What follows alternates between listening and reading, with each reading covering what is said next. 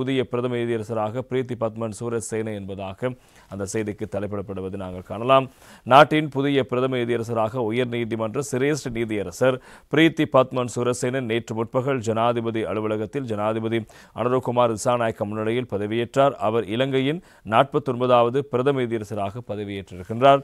எனவே பிரதம நீதியரசர் முர்து நிருஃபா பிந்துஷினி பெர்னாண்டோ ஓய்வு பெற்றதைத் தொடர்ந்து வெற்றிடமாக இருந்த பதவிக்கு பிரீத்தி பத்மன் சூரசேனவின் பெயரை அரசியலமைப்பு சபை சமீபத்தில் அங்கீகரித்திருக்கிறது.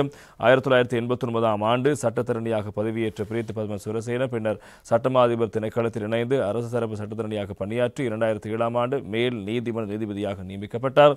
எனவே 2016ஆம் ஆண்டு மேன்முறையீட்டு நீதிமன்ற நீதிபதியாக நியமிக்கப்பட்ட அவர் 2018ஆம் ஆண்டு மேன்முறையீட்டு நீதிமன்றத்தினுடைய தலைமை நீதிபதியாகவும் 2019ஆம் ஆண்டு உயர் நீதிமன்ற நீதியரசராகவும் நியமிக்கப்பட்டார். அது தொடக்கம் உயர் நீதிமன்ற நீதியரசராக இருந்து வந்த பிரீத்தி பத்மன் சூரசேன முன்னாள் பிரதம நீதியரசர் முர்து பெர்னாண்டோவுக்கு பிறகு இருக்கும் உயர் நீதிமன்ற நீதிபதிகளில் சிரேஷ்ட நீதியரசர் ஆவார். எனவே ஜனாதிபதியின் செயலாளர் கலாநிதி நந்திக சனத் குமாநாயக்க பதவியேற்பு நிகழ்வில் கலந்து கொண்டார் என்பதும் அந்த செய்தியாக இருப்பதை நாங்கள் காணலாம். எனவே இவருடைய இந்த பதவிக்காலம் நேற்று தினத்தோடு ஆரம்பமாகிறது.